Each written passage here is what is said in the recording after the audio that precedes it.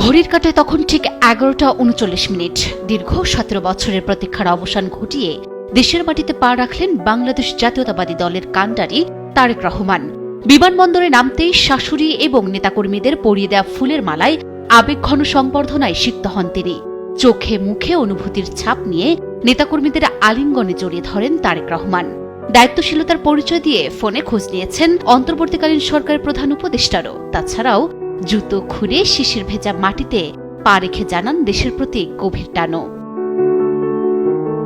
জন্মভূমির ঘ্রাণ নিলেন বিএনপির ভারপ্রাপ্ত চেয়ারম্যান তারেক রহমান। আজ বৃহস্পতিবার সকাল 11:39 তাকে বহনকারী উড়োজাহাজটি ঢাকার শাহজালাল আন্তর্জাতিক বিমানবন্দরে অবতরণ করে।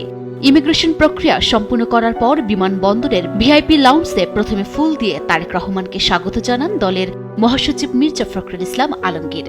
পরে প্রথম বিএনপির ভারপ্রাপ্ত চেয়ারম্যান মির্জা ফখরুল ও স্থায়ী কমিটির সদস্যদের সঙ্গে একে একে আলিঙ্গন করেন। এছাড়া উপস্থিত নেতাদের সঙ্গে কুশল বিনিময় করেন তিনি।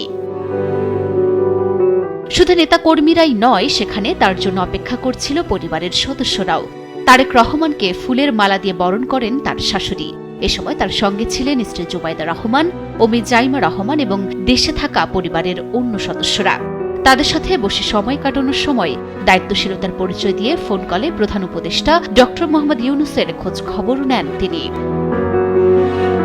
তারপরই রাজনীতির ব্যস্ততার প্রোটোকলের বেড়াজাল ভেঙে লাল সবুজ গাড়িতে 300 ফিট যাওয়ার পথে এক আবেগঘন পরিবেশের সৃষ্টি করেন তারেক রহমান।